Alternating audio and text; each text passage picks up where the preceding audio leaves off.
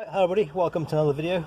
So in this video all I'm doing is changing the air filter on this Ford Fiesta ST, and I've got to be honest, it's not the sort of thing I would normally bother making a video of, because it's certainly not rocket science obviously, but I am actually going to use it as an opportunity to show you a technique that I use for shifting rusty screws, which sometimes work very well for me, so I hope you will find it useful. Okay, so the filter just lives underneath this panel, and obviously to get to it you need to remove this panel, which means removing these screws around the edge and also this one here. So started doing the job just using just a normal screwdriver like I normally do. Started there, that one shifted okay, this one shifted okay. When I got to this one, I'm just going around now because I've already done it, so I'm kind of re-going through this just to show you. This just would not shift. You can tell it's actually visually a bit rustier than the others. It just would not shift. I was trying to put as much effort into it as I could just with a normal screwdriver, and if I tried any harder I was going to create that situation where it kind of starts slipping out as you're trying to turn it, and then you end up sort of like threading it, and then it's even more headache.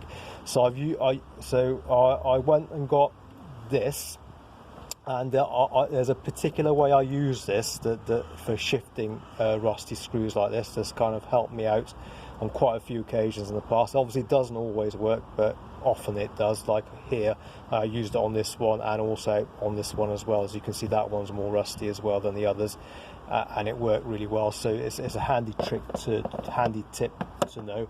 So I'm just going to show you. So this is just by the way, this is just a normal drill driver. It's not an impact driver. Obviously if you've got an impact driver, that's the proper tool for the job, use that. But I know that a lot of people don't have impact drivers, but they do have one of these. Like that applies to me, for example. I don't have an impact driver, but I've got one of these. So what I do is put it in, obviously if it's a 2-gear one, I think most of them are, put it in the first gear, the lower gear, put it on the highest torque setting.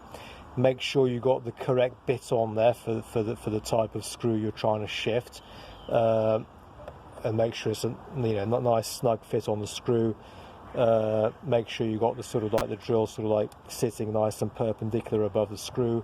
And then what I do is just give a quick sharp tug, like really quickly on the trigger, like that. And I found that a lot of the time, just that quick sharp pull on the trigger will just kind of give it enough turning effort to just shift it. I think what's actually happening is by doing that you're kind of mimicking the action of an impact driver. And like I said, it's helped me out on quite a few occasions. I mean, not just with cars, maybe like doing stuff around the house and stuff as well. So I think it's a good sort of like little tip to sort of have in your arsenal of knowledge, as it were. So I just thought I'd mention it. And so yeah, hope that's useful. Now I'll go on the do the little filter change for you guys.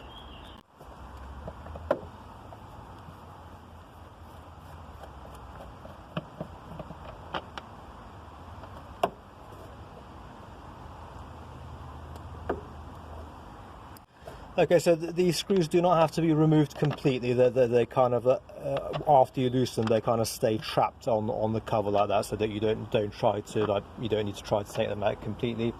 So the cover, you just need to release this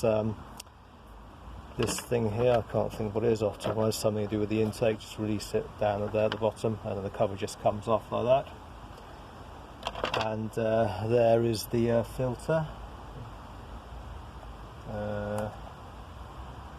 Quite dirty as you can see, but obviously the rest of the intake is nice and clean, so it's nice to see that the filter's been doing its job.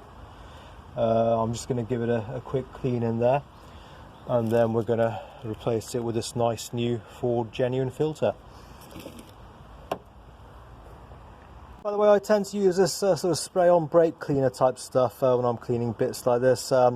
It's a good degreaser, and I believe it's safe to use on plastic, so that's generally what I tend to use. So just a bit of information for you there. Okay, so just putting the replacement one on, obviously making sure it's all fitted like nice and snugly around the edges. and then just a matter of putting the cover back on. Probably one of the most important bits when doing a job like this is to make sure you get sort of like the cover on sort of correctly and don't sort of snag anything and create any sort of like air leaks or trap anything that shouldn't be trapped, especially when you're trying to maneuver it past bits and pieces like that. Okay, so I'm happy with the fit there. Hands, I always like to hand start these screws just to make sure they're in the right place and they're turning correctly, which they are. Or maybe just kind of sometimes I like to kind of reverse turn them until they kind of do that clicking thing, just to make sure I haven't got anything cross-threaded or anything. And me personally, I never use like the drill driver for putting these back on, because I like that extra bit of sort of feel and control you get by doing it by hand. Because really, like, one of the worst things you can do when you're doing a job like this is to cross-thread anything, and then if this cover doesn't make a good seal on the back on the housing, you're going to get problems with sort of air leaks and whatever else. So you definitely don't want to risk cross-threading anything. But yeah, that's pretty much done. I'll go ahead and tighten these all back down fully off camera. But essentially that's it, guys. So yeah, so like I said at the beginning, not rocket science, but you know, I hope there's some useful info there for you, particularly that tip with the drill driver. You know, if you haven't got an impact wrench, like I said, that's sort of helped me out on quite a few occasions over the years I've been using that little trick. So hope that's helpful to you, and hope the video was helpful to you. And yeah, if it was, please don't forget to support the channel by subscribing, and I will catch you guys all on the next video. Thank you, bye.